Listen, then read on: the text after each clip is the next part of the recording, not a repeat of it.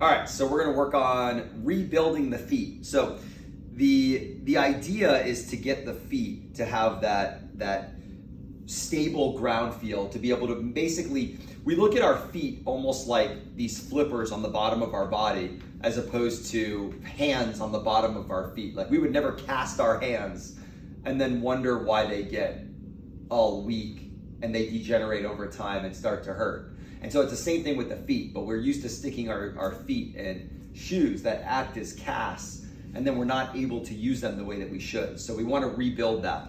And so one of the things you can start with is just taking your hand and almost like you hold hands with your significant other, like do that with your feet. So you take your hand and you shove it in between all the toes. You'll do this with your socks off. You shove it in between your toes and then kind of twist from side to side, like you're trying to wring the foot out. Like pretend your foot is full of water and you're wringing your foot out. That's one thing. I'm going to take that off. Okay, here. So there, like that. So you're gonna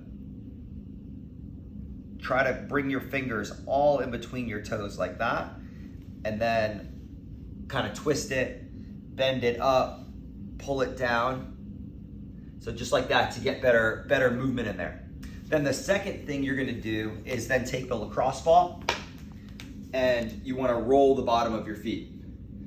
So all along the bottom, across the arch, the outside, then finding a place to balance here. So you're hold on to something, put the heel down and then put pressure on it and then try to bend your toes over it and wrap your whole foot around the ball. And you want to get to a point to where you can basically stand up on the ball, which can be really painful in the beginning until you get used to it. But you want to be able to stand and put your whole weight on that ball underneath the foot.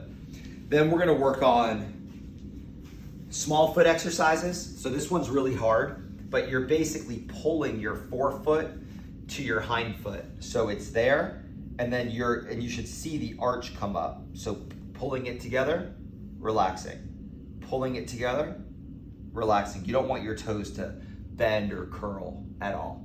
Then the next one is working on spreading the toes out. So one of the ways that helps is to use your fingers, spread your toes out, press them into the ground, and then let go and try to keep that there and hold that there.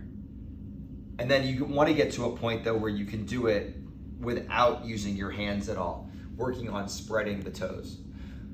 Then after that, you have this thing called the windlass mechanism, where it's this, where this toe extends, and you'll actually see the arch pull up when you do that. The way that you do that one is just here, and then tucking the toes under and sitting back on your heels. But make sure in the beginning, you might have to use your finger to get that toe straight, because you don't want it curving in and then sitting back. You're going to be moving it in the wrong direction. So make sure that that toe is at least in line with here when you do it, and not like that when you do that. Does that make sense? Yep. So you're gonna work on that, and then at the same time, try to go barefoot more, go on grass, go on unstable surfaces, balance on, like, you can fold up like a towel and try to do single leg standing, balancing on there with your toes spread.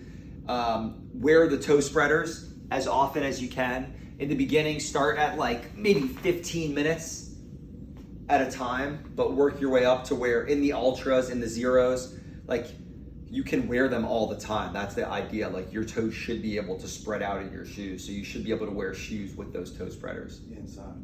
Inside, yeah. Okay. Yeah, they should fit inside. Like they would never fit inside those. No. They should fit inside the ultras or the zeros or the Vivo Barefoot or those kinds of shoes. Yeah. Cool.